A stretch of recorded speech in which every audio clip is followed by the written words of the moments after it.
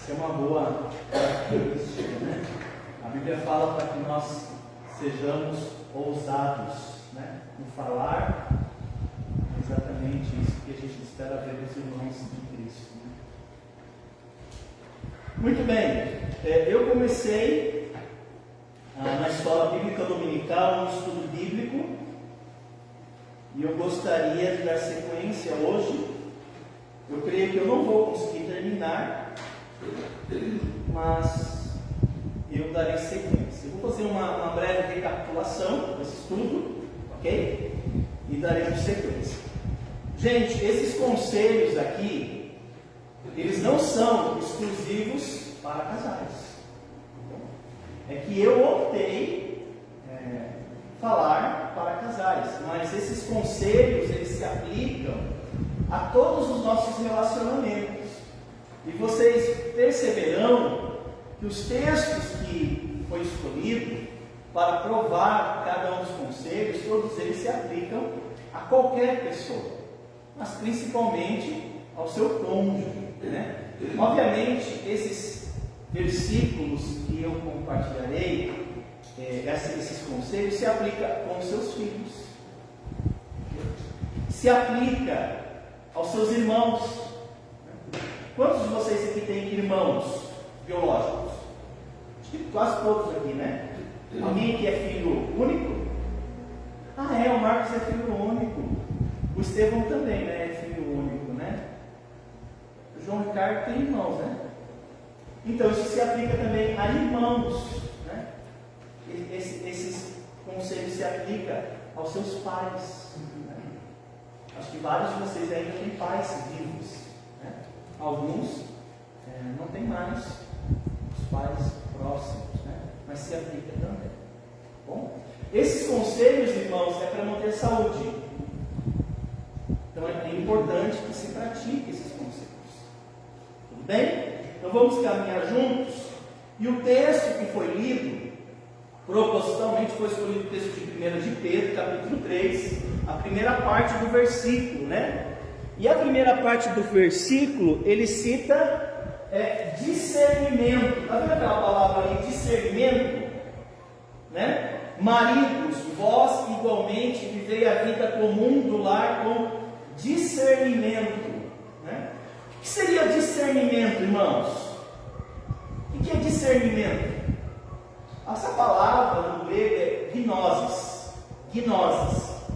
E essa palavra quer dizer um conhecimento que abarca todo o aprendizado cristão. Sabe tudo aquilo que você tem acumulado desde a sua conversão? Você tem vindo na igreja, e você tem aprendido verdades bíblicas. Discernimento tem a ver esse conhecimento que você tem acumulado desde a sua conversão. Ou seja, coisas que são eticamente corretas, coisas que são moralmente corretas, e você vai pegar essas verdades aprendidas e você vai trazer para o seu lar. Quando você faz isso, você está tendo discernimento. Eu daria a vocês pelo menos 10 conselhos de discernimento. Vamos lá então? Qual é o primeiro conselho? Isso aqui já foi citado, né, no culto de domingo pela manhã, e vou passar rapidamente por cima dele, porque já foi citado. Irmãos, a verdade é uma aliada dos cristãos. A verdade.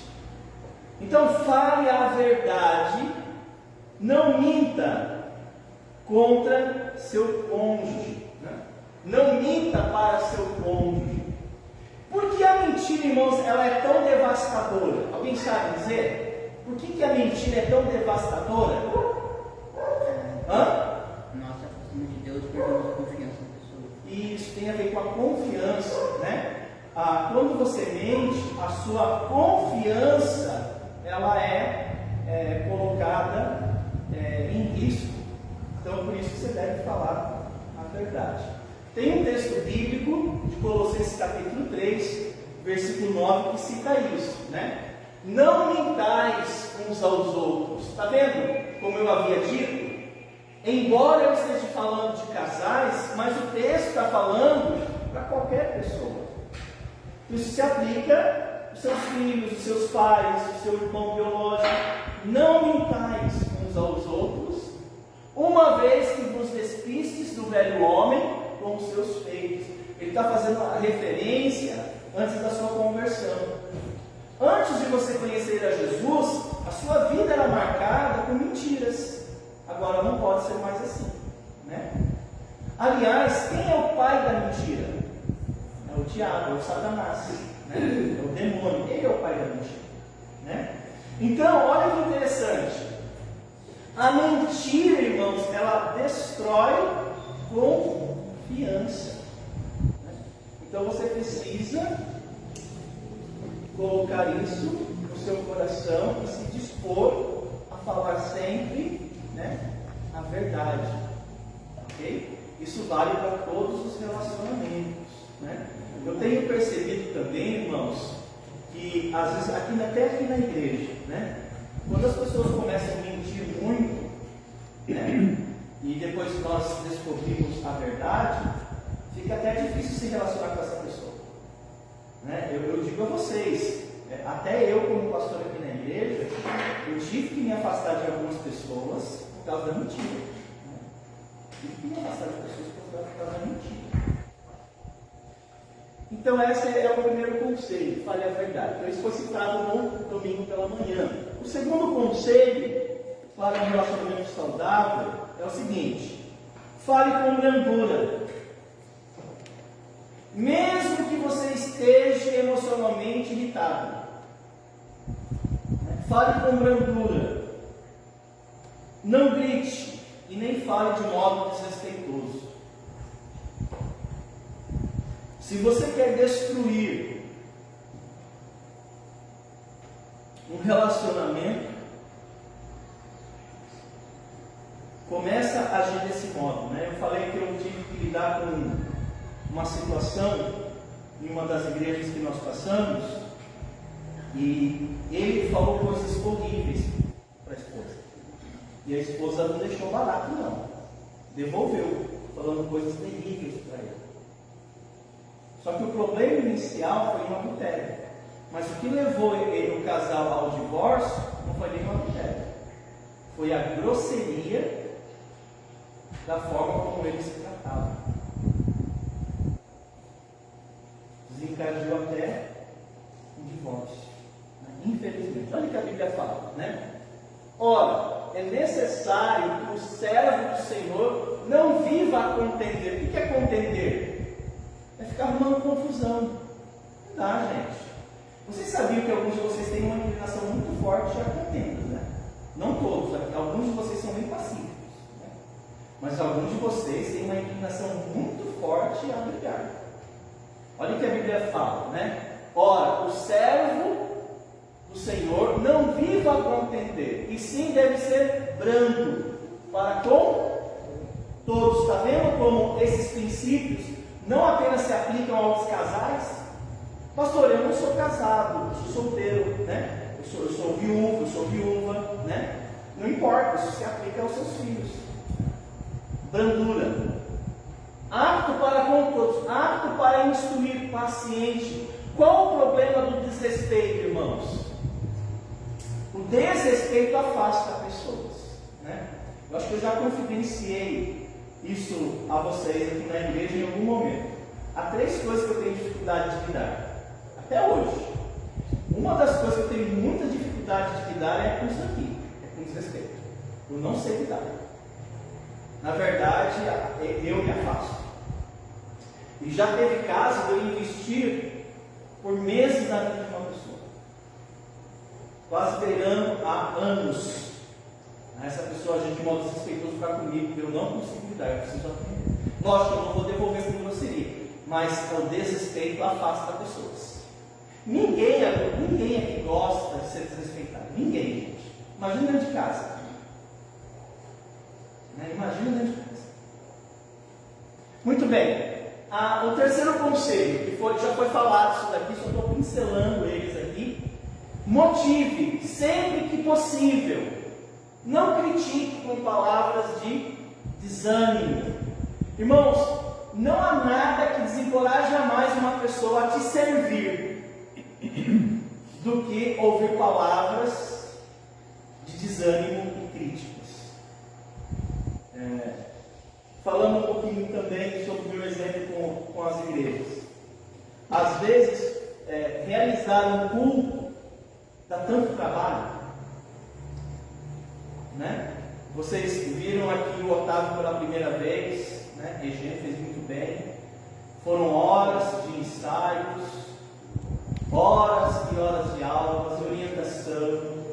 Preparar esses slides aqui, gente, dá trabalho. A maioria de vocês já pregam, dá trabalho pregar. Aí você elabora um culto, né? Que a demanda é muito grande. Aí chega no final, você vê algumas pessoas no cantinho da igreja criticando. A vontade que dá, eu vou largar a mão, não vou mexer mais com pessoas, não. Eu vou começar a mexer com pets, né? Vou mexer com pet, porque pet, mas que dá uma mordida, né? E às vezes há críticas que doem mais que mordidas.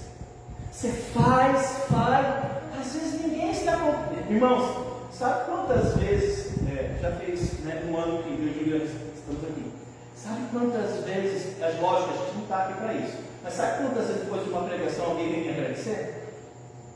Pela pregação? São raras as vezes que alguém vem me agradecer. São raras as vezes. Mas o que eu ouço às vezes de críticas do trabalho duro que dá organizar um culto, vocês não imaginam. E às vezes isso lança um desânimo. Eu estou trazendo isso da minha realidade como pastor. Mas imagina dentro da sua casa, a esposa que se esforça, o marido que trabalha, ouve desaforos no trabalho, piadinhas, brincadeiras. Às vezes ele chega cansado, né? E às vezes chega em casa e tem uma esposa, às vezes, briguenta, não compreensiva, às vezes vice-versa. Isso acontece. Então, um conselho aí, gente, um conselho. Motive sempre que possível. Vale tanto, gente, um obrigado. Valeu, viu, pelo seu esforço. Vale tanto, isso soma. Dentro de casa, isso é combustível.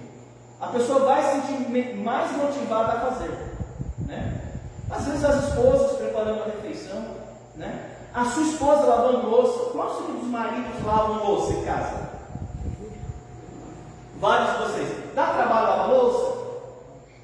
É chato, muito chato. Algumas pessoas gostam.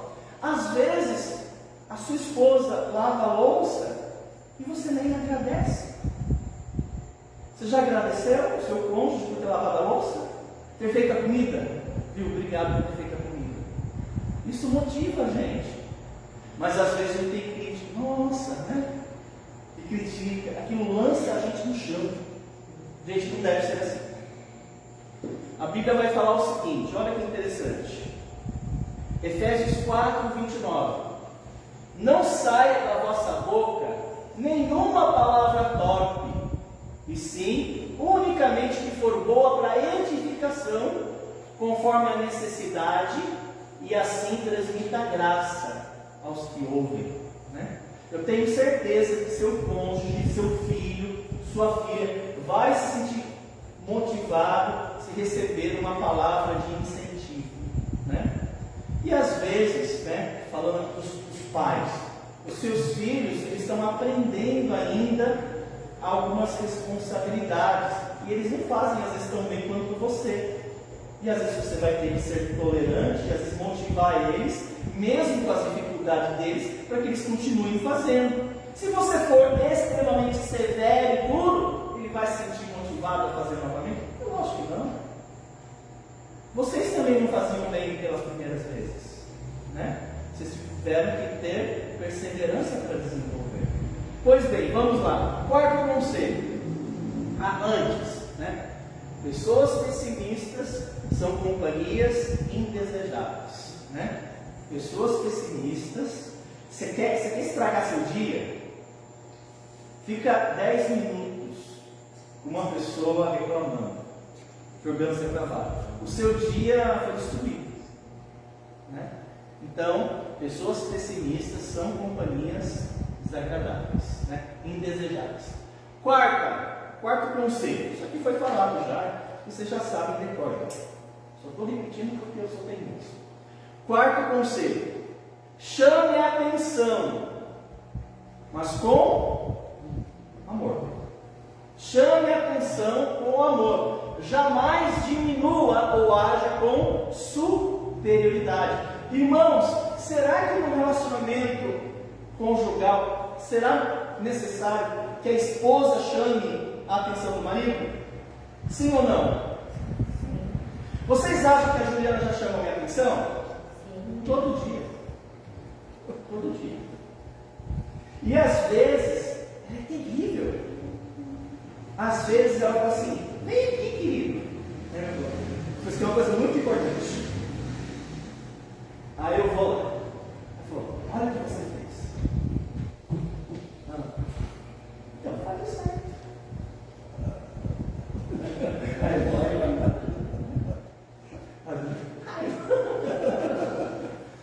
Mas ela tem tentado falar isso com amor, né?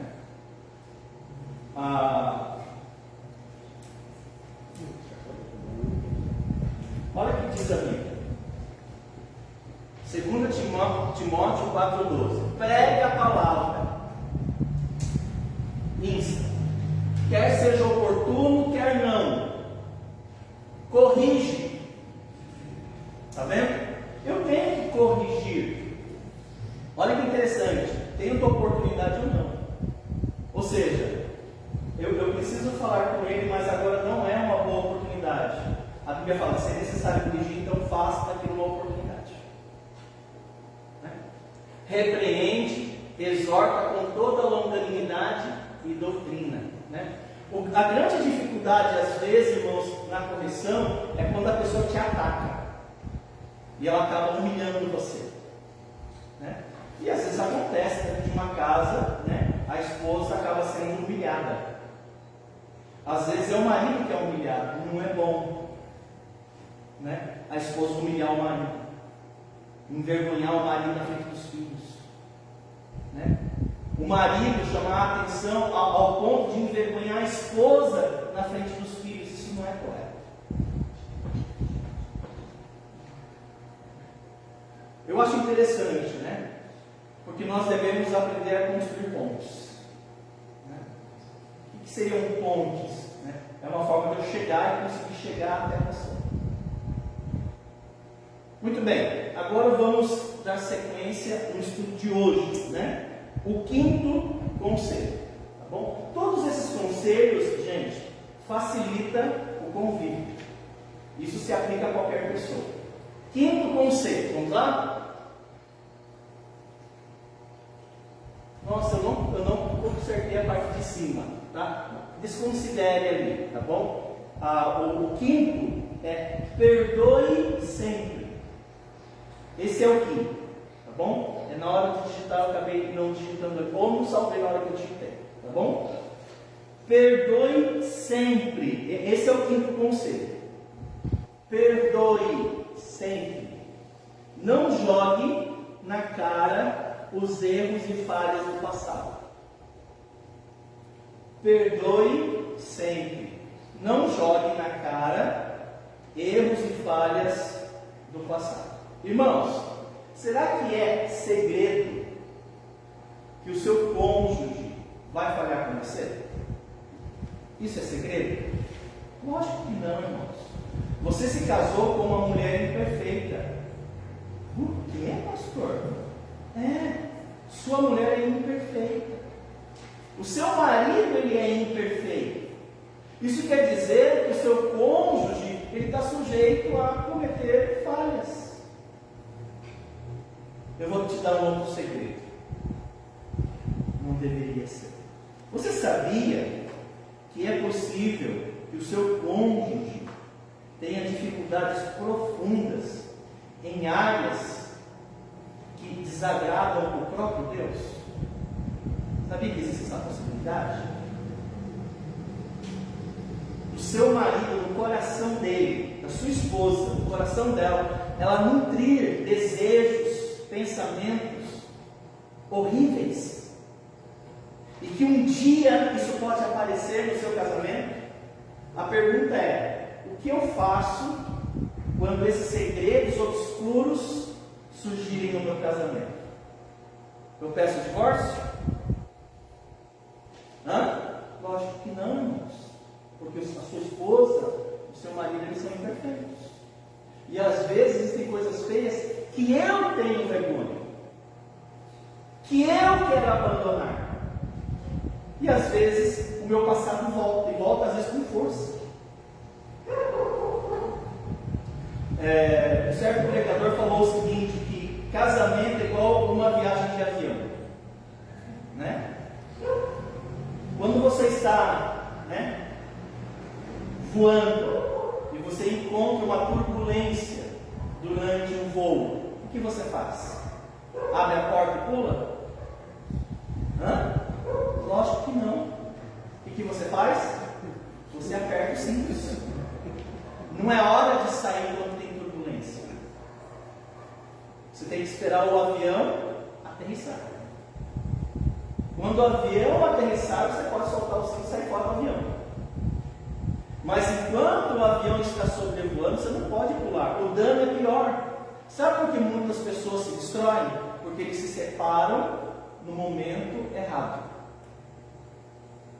Pastor, eu estou no momento certo. Não é isso que eu estou falando. Eu estou falando que às vezes, ao descobrir falhas e erros, precisamos exercitar o mandamento bíblico. Qual é o mandamento bíblico? Perdoai-vos. Perdoai-vos mutuamente. Olha o que diz a Bíblia. Suportai-vos uns aos outros. Mais uma vez, está vendo como o princípio ele se aplica a inúmeros afetos? Suportai-vos uns aos outros, perdoai-vos mutuamente, caso alguém tenha motivo de queixa contra outrem. Assim como o Senhor vos perdoou, assim também perdoai-vos. Só explicando aí na minha analogia, sabe quando é que o avião aterrissa no casamento? Quando há morte de um dos cônjuges. Então é uma viagem que vai durar a sua vida inteira. Que a Bíblia fala que até que a morte se separe. E do dia que você casou-se até a morte do seu cônjuge, gente, tem uma linha do tempo muito longa às vezes, viu? Aliás, ninguém está com pressa de morrer, né? A gente quer viver bastante. E um outro palestrante falou algo muito curioso, que vale para todos nós, principalmente as pessoas que são casadas. Ele disse o seguinte: você escolhe a pessoa com quem você vai se casar, amém? Mas você vai terminar a sua vida com a pessoa que você merece, amém? Eu vou repetir. Você escolheu a mulher com quem você se casou. Você escolheu o homem com quem você se casou. Foi ou não foi? Mas você vai terminar sua vida com a pessoa que você merece. Por quê? Porque eu sou responsável pelo meu cônjuge. Eu vou contribuir com ele ou não. Então, este é o quinto conselho. O título está errado, tá? É perdoe. Tá? Sempre, não jogue na cara erros e falhas do passado. Sexto, aqui, ó, vamos ler aqui uma frasinha, né? Olha que interessante essa frase. O perdão cura e liberta uma alma escravizada pelas mágoas. Você quer ser curado de mágoas do passado? Perdoe. Você vai ser liberto e curado. A única ação divina que pode livrar você e curar você por dentro é o perdão. Enquanto você não perdoar, você não está curado. Você tem que perdoar. Mas, pastor, é muito difícil. Vamos voltar? Seu filho, sua filha não são perfeitos. Eles nunca foram. Os seus pais não são perfeitos. Eles nunca foram. Seu cônjuge não é perfeito. Eles vão falhar com vocês. Então Deus deixou para a gente um antídoto para lidar com os problemas. E o antídoto, a cura, é o perdão. Muito bem, vamos seguir então? Sexto conselho. Ai, pastor, eu tinha que falar nisso mesmo? Eu tenho que falar nisso mesmo. Né? Eu fiz um estudo, acho que foi o ano passado, o ano retrasado, não me recordo muito bem, e eu peguei uma lista do cartório que enumera os motivos que as pessoas dão para o divórcio. Né? E eu pensava que o motivo número 1 era a traição. Eu pensava que as pessoas se divorciam por causa do adultério. E a lista acho que tinha 24 razões. O adultério era o número 14 das razões que levam uma pessoa a divorciar-se. Sabe quais eram as 3 primeiras razões? A primeira era a incompatibilidade. Lembra que eu falei no domingo? Foi domingo que eu falei? Quando a gente vai aconselhar alguém para namorar, a gente dá 3 dicas. Foi domingo que eu falei? Primeira dica: a pessoa tem que ser convertida. Se não for convertida, nem inicia o namoro. Segunda dica: tem que ter maturidade. Se você se relacionar com uma pessoa irresponsável, você vai ter uma baita dor de cabeça na sua vida. Terceira dica: propósito. A pessoa tem que ter a mesma linha que você. E essa terceira dica é a razão principal porque as pessoas se divorciam. Quando que você iria imaginar que o seu casamento seria destruído depois de alguns anos por causa de um propósito? Nos cartórios do Brasil, a razão número 1 é a incompatibilidade. Ou seja, chegou um ponto que a gente não consegue andar junto, não. Você quer uma coisa, eu quero outra, e não anda junto. A Bíblia fala já que como andarão dois juntos, se não houver entre eles pleno é total. Não vão andar juntos. E sabe qual é a segunda razão para divórcio? Finanças. Não é filho não. Finanças. Gente, dinheiro não tem liga. Dinheiro divide. Não tem amálgama.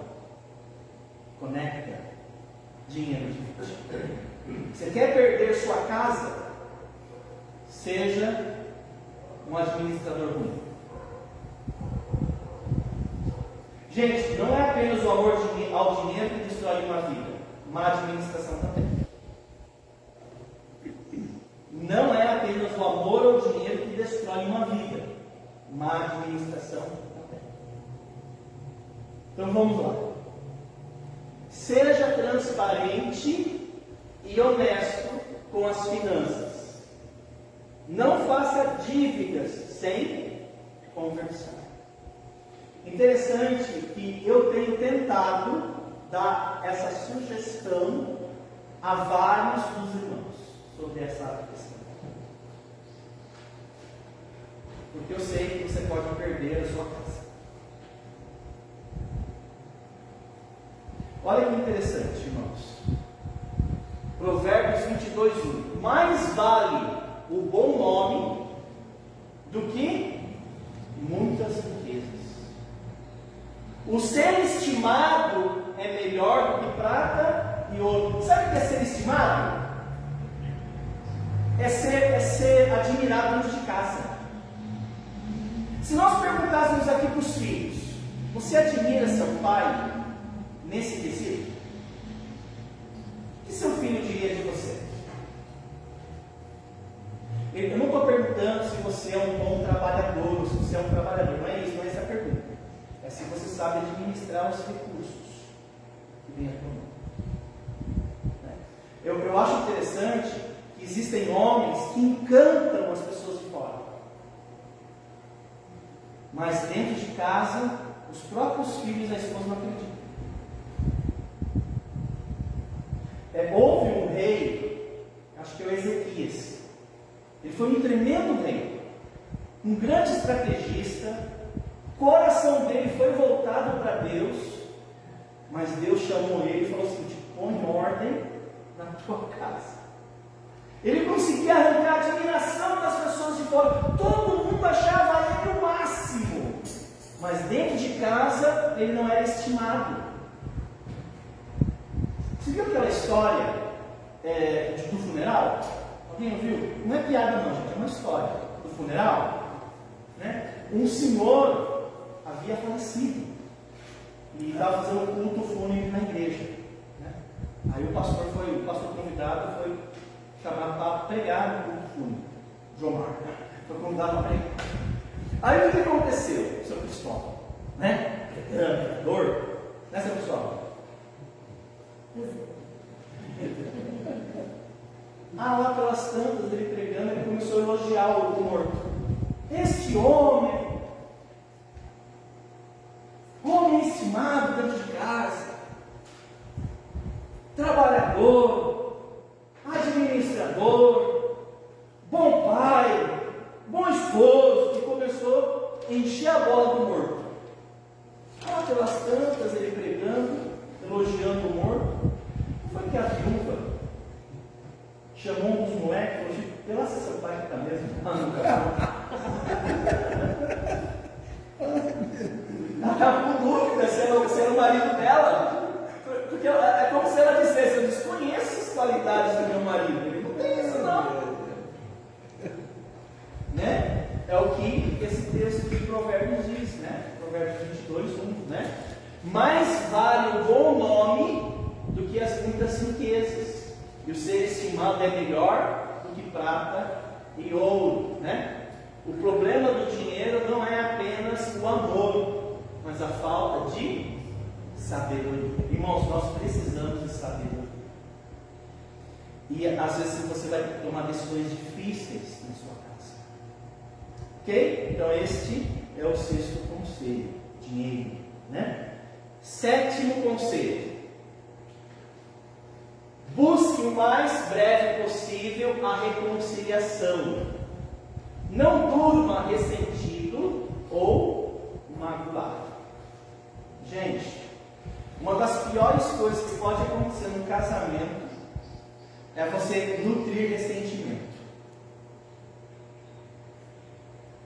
Irmãos, tudo bem você ficar magoado com o seu irmão que mora lá na outra cidade. Tudo bem não, mas tudo bem, vocês entendem, né? Tudo bem, não tem, né? Tudo bem você ficar ressentido com o seu patrão. Não está tudo bem, mas tudo bem, tudo bem. Você ficar ressentido com o seu filho que é casado, sua filha que é casada. Você pode ficar ressentido com eles? Pode. Não deve, mas pode. Mas tudo bem. Está tudo bem, mas tudo bem. Mas ficar ressentido com o cônjuge, isso destrói você por dentro. E por que destrói você por dentro? Porque o cônjuge, você é uma só carne com ele. Você não é uma só carne com seus filhos. Você não é uma só carne com seu patrão. Você não é uma só carne com seus pais. Você só é uma só carne com seu cônjuge. Se você dorme com diferença, tudo bem você ficar uma semana sem falar com o seu patrão. Mas se você ficar uma semana sem falar com o seu cônjuge, o seu lar está em risco. E sabe qual é a pessoa que vai entrar no seu lar através dessa desavença? O maior opositor da família, o diabo. Ele vai colocar coisas estranhas na vida da sua esposa e vai colocar coisas estranhas na sua vida para te destruir, porque você abriu uma brecha. Olha o que diz a Bíblia, Hebreus 12, 15. Esse texto aí, eu diria a vocês, na minha leitura bíblica pastoral, eu creio que é um dos textos mais importantes da Bíblia, depois de João 3,16. Isso aqui pode destruir uma pessoa em vida. Pode destruir sua vida. Olha o que diz as Escrituras. Atentando, sabe o que é atentar? Preste atenção. Preste atenção. Deus falando com você. Preste atenção. Atentando atentando diligentemente, porque ninguém seja faltoso. E que falta é essa? Ele está falando, não seja faltoso. Faltoso em que sentido? Ele vai explicar.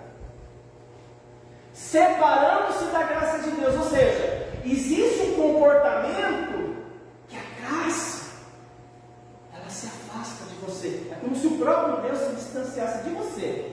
Sabe aquele texto que está o Senhor de todos os que invocam? Essa é uma forma de Deus chegar. Mas isso aqui é uma forma de Deus afastar de você. Isso é uma falta. Qual é essa falta? Deus afastar de você. E o que levaria Deus a afastar de você? Olha o texto. É muito sério. Atentando diligentemente, a palavra diligente tem o mesmo sentido de perseverança, né? De insistência. Atentando diligentemente, porque ninguém seja faltoso, separando-se da graça de Deus. Aí ele vai dizer, nem haja alguma, o quê? Raiz de amargura. Amargura são ressentimentos, são mágoas que ficam no coração. Que brotando vos perturbe. Ou seja, você perde sua paz. Você não consegue dormir, não consegue comer, sua saúde fica debilitada. Sabe que sua saúde está debilitada? Não é porque os remédios não estão surtindo efeito, é porque a graça de Deus não está chegando até você. Aquele canal de bênçãos que chegava até você, que sustentava você diariamente, mesmo diante dos problemas, aquele canal foi interrompido. Não está abençoando mais. A graça se afastou. Vos perturbe. E tem sequelas. Sabe quais sequelas? Outras pessoas serão contaminadas pela minha amargura. Ou seja, pessoas que têm, até estava bem, até estava servindo, até estava crescendo, parou. Sabe, a vida cristã parou. Mas por quê? Porque eu fui contaminado. Então veja lá, busque o mais breve possível reconciliação. Não durma ressentido. Até tem um texto, né? Não se ponha o sol sobre vossa ira. É uma expressão bíblica, ou seja, não deixa para outro dia. Eu sei que às vezes não é possível lidar no mesmo dia. Às vezes você precisa respirar, às vezes precisa assimilar, mas não pode passar muito tempo. Por quê? Porque pode se tornar raiz de amargura. Não pode. Oitavo conselho. Desculpa. Tem aqui um princípio, né? A mágoa é um veneno e mata a alma. A mágoa não mata o corpo. A alma mata a alma. Duro, né, irmãos? Acho que todos nós já passamos por momentos assim, né? Que a vida perdeu, ficou sem sabor, né? A alma está morrendo, né? Vamos lá, oitavo conselho. Isso aqui é muito importante, gente, nos nossos relacionamentos. Isso vale para todos os relacionamentos, mas principalmente dentro de casa da sua esposa, né? Demonstre afeto. Às vezes, irmãos, porque a gente só precisa de um abraço. Eu sei que algumas pessoas não gostam de ser abraçadas, mas vocês estão entendendo o que eu estou falando? Às vezes nós precisamos apenas de um cuidado especial, uma atenção especial. Não, mas eu te dou atenção. Não, você dá atenção no geral. Eu sou incluído no pacote, né? Mas eu preciso de uma devoção particular, né? Demonstre afeto e simpatia. Não ignore a importância do carinho e a generosidade. Gente, o seu cônjuge, ele precisa fazer usufruto dos seus atributos e dos seus talentos. Ele precisa receber de você aquilo que você tem e você produz de melhor. Porque tudo aquilo que você produz de melhor tem para quem?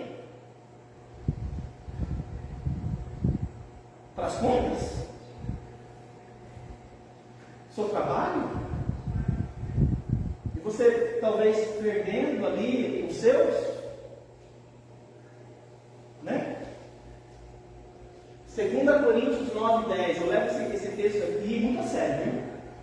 Isso aqui eu trago às vezes para o dízimo, mas o dízimo é apenas uma aplicação só, mas vale para tudo na vida. Olha o que diz as Escrituras: ora, aquele que dá semente ao que semeia, e pão para alimento, também suprirá e aumentará a vossa sementeira, e multiplicará os frutos da vossa justiça. Eu acho interessante como Deus pode abençoar quem reparte o que tem. Eu acho isso fantástico. Sabe, irmãos, a matemática de Deus é meio diferente da nossa. A lógica de Deus é diferente da nossa lógica. Para Deus, quando eu dou, não é menos, e não é nem mais, é sinal de multiplicação. Deus pode abençoar minha vida na medida em que eu reparto com generosidade e graciosidade aquilo que eu tenho. Eu conheço homens casados que são tão educados, são tão polidos para tratar com outras pessoas. Quando bate alguém, né, toca uma campainha, o homem ou essa mulher é tão educado, é tão gentil, é tão carinhoso com as pessoas. Tem homens que são tão gentis com outras mulheres, mas no que diz respeito à esposa, eles são brutos, eles são carrascos, eles são cruéis. Eu já vi casos até na minha família, que às vezes, né, o homem, o provedor do lar, trata com tanto cuidado, né, elogia a outra mulher, né, e a própria esposa às vezes carecida de elogios. Nossa, como você está elegante. Nunca falou isso para a esposa. A esposa é capaz de ver um ator de cinema e falar: nossa, ele é bonito. Mas é incapaz de falar isso para o marido. Será que ele é tão feio assim? Você que escolheu. Eu sei que todos nós estamos debaixo da lei. Como chama a lei? Da gravidade. Cai cabelo, cai barriga, cai dente. É a lei da gravidade, né? Mas nós precisamos, né, ser gentis. Né? Muito bem.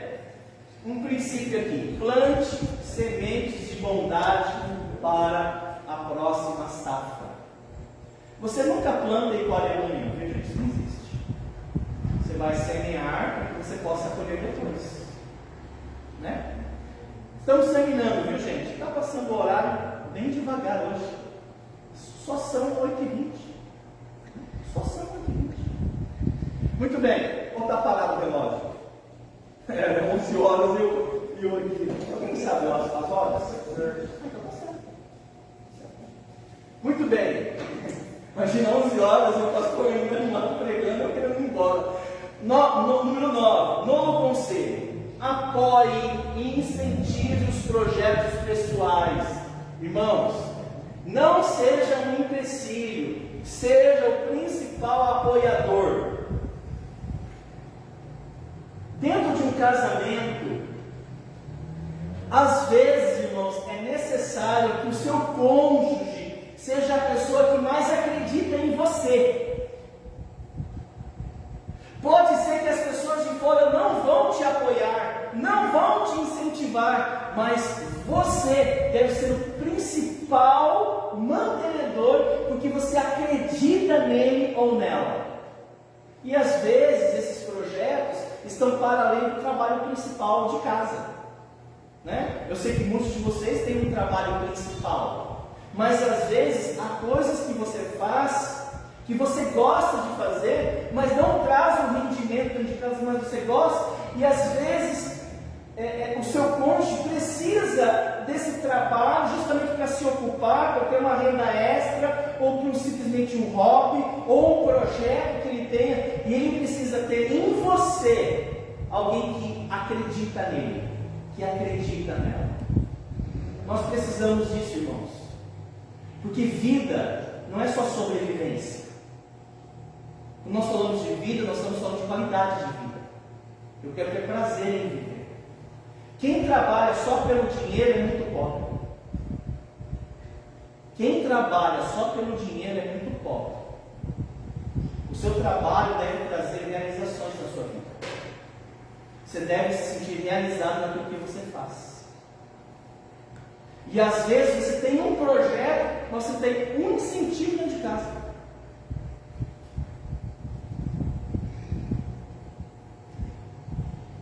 Tito 1,9.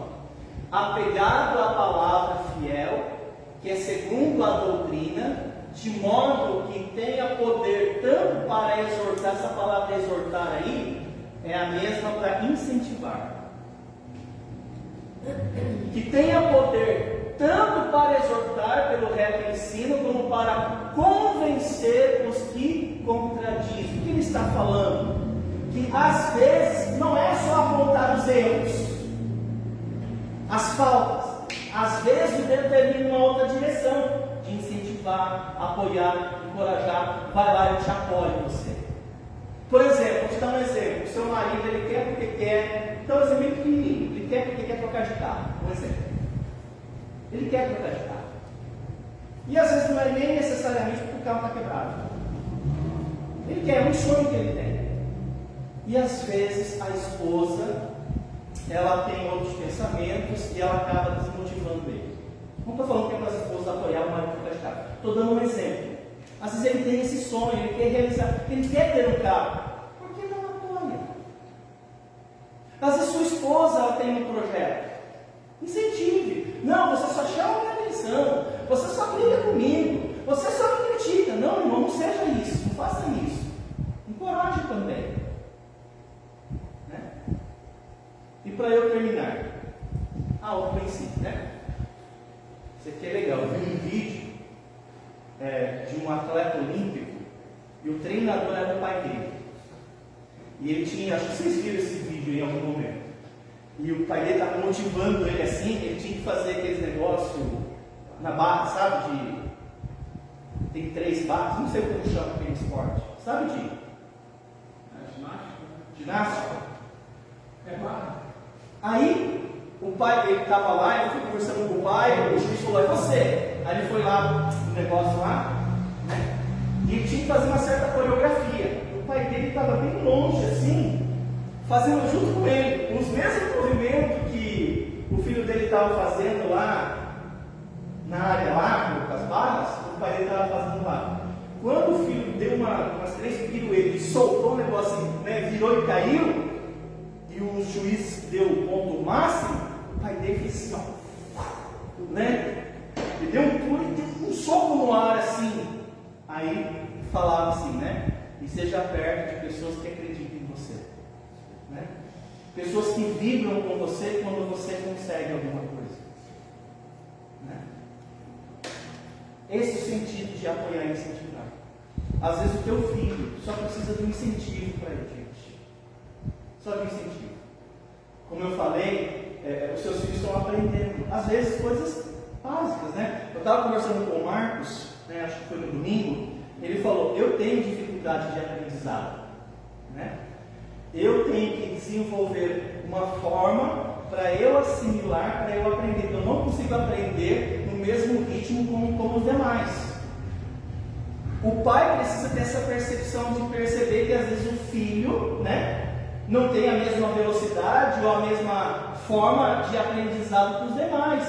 E ele precisa ainda incentivar para que o filho desenvolva. Né? Incentivar mesmo. Ninguém é bom nas primeiras vezes. Né? Vocês que pregam, vocês lembram como vocês pregavam nas primeiras vezes? Só a misericórdia de Deus. Né? Eu mesmo. Né? Vamos lá, vamos terminar? Né? 10º conselho. Aí eu termino. 10º conselho.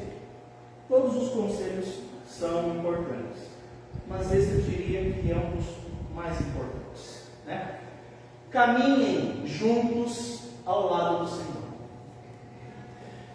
A gente sempre fala, né, que casamento não é de duas pessoas, né? Não quero. Casamento não é a união de duas pessoas. Casamento é a união de três pessoas. E Deus deve estar no centro.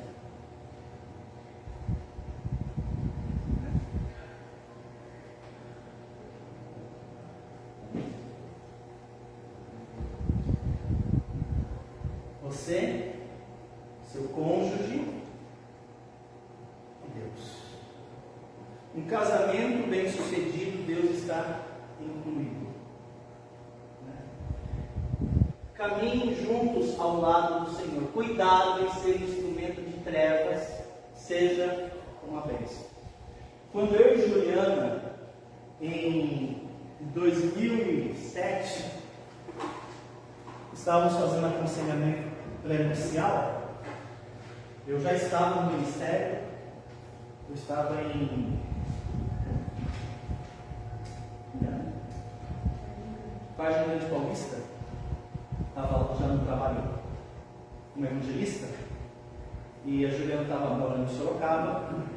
Então eu combinei com o pastor Eduardo que nós iríamos fazer acho que 3 ou 4 aconselhamentos pré-nupciais, e ele vai vir para Sorocaba. Nós nos reunimos na casa do pastor Eduardo e nós fazemos estudos bíblicos, né? Para recém-casados. Não, recém-casados não, para futuros casados, né? E um dos conselhos que ele deu para mim e para a Juliana na época foi a respeito de filhos. E ele perguntou para a gente, né? Vocês vão se casar, e se vocês tiverem filhos? Quantos filhos vocês querem ter? Mas na época a gente não tinha muita propriedade para dizer, a gente pensou, né? Quem sabe, 1, 2, 3, né? Porque dentro do aconselhamento pré-nupcial entra essa área de filhos. E aí ele falou assim: eu vou deixar um conselho para vocês sobre filhos. Você pode falar, pastor. Tenham quantos filhos vocês podem influenciar para o Senhor. Tenham quantos filhos vocês conseguem encaminhar para o Senhor. Não tenham filhos para o mundo. Tenham filhos para o Senhor. Então, se você tem a capacidade de encaminhar apenas um filho nos caminhos do Senhor, então tenha um só. Se você tem condições de encaminhar 2 filhos para o Senhor, você tem tempo para investir neles, porque filho precisa de tempo. Então tenha só 2. É isso que nós estamos falando aqui. Que você possa ser um instrumento para encaminhar seu cônjuge para o Senhor. Que você não seja um instrumento de trevas, mas seja um instrumento de bênção na vida do seu cônjuge. Assim como eu fui aconselhado, caso tivesse filhos, eu pudesse ser um instrumento de bênção na vida dos meus filhos, eu pudesse encaminhar quantos eu tivesse para o Senhor, assim também vale para o relacionamento conjugal. Que você possa levar sua esposa para mais perto de Deus. Que você, esposa, possa levar seu marido para mais perto de Deus. Então vocês precisam incluir Deus no casamento de vocês. 1 Coríntios 10, 31. Né? Portanto, quer comais, quer bebais, ou façais outra coisa qualquer, fazei tudo para a glória de Deus. Amém, irmãos? Um princípio final aí para vocês, né? Leve o máximo de pessoas para perto de Deus. E que você possa pensar na sua esposa: eu quero ganhar o mundo, eu quero evangelizar pessoas. Às vezes esquece que nós temos em casa alguém que necessita da minha palavra, né? De ensino e de exortação. Amém, irmãos? São 10 conceitos, tá bom? Vou citar eles apenas aqui de forma descritiva, né? Número 1, fale sempre a verdade, não minta. Fale com brandura, não grite. Motive, não critique. Chame a atenção com amor. Perdoe sempre. Seja transparente e honesto com as finanças.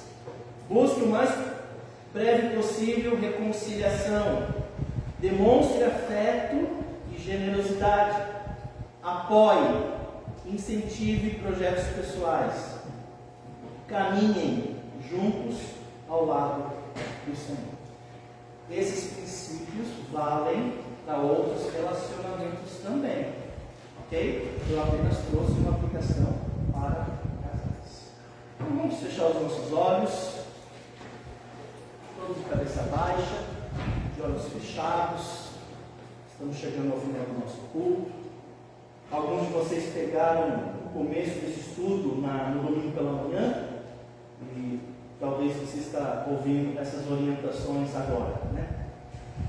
Mas independentemente disso, talvez você esteja aqui, talvez um ou mais conselhos serviu para você. E você está aqui e você diria, pastor, a mensagem falou comigo em alguns desses conselhos. Ore por mim. Alguém assim? Amém? Amém.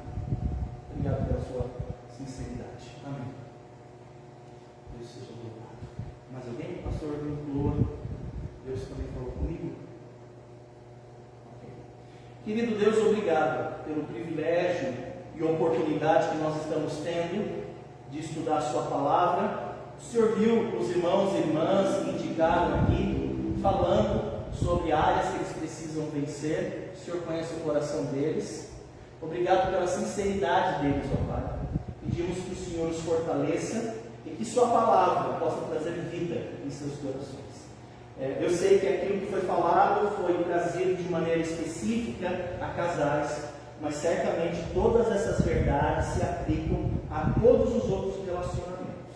Pedimos ao Senhor, concede-nos aquilo que Pedro fala na sua carta, discernimento. E oramos em nome de Jesus. Amém. Muito bem. Nós vamos cantar um hino agora, tá bom? Para que eu possa encerrar a transmissão, tá bom? Vou convidar o Otávio aqui novamente, tá bom?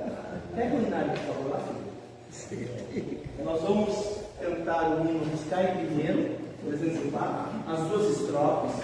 Não precisa da letra, né? Que os irmãos conhecem. Eu vou encerrar a transmissão. Já agradeço a companhia de vocês todos, tá bom? 304, as duas estrofes, daí a gente dá sequência, tá bom?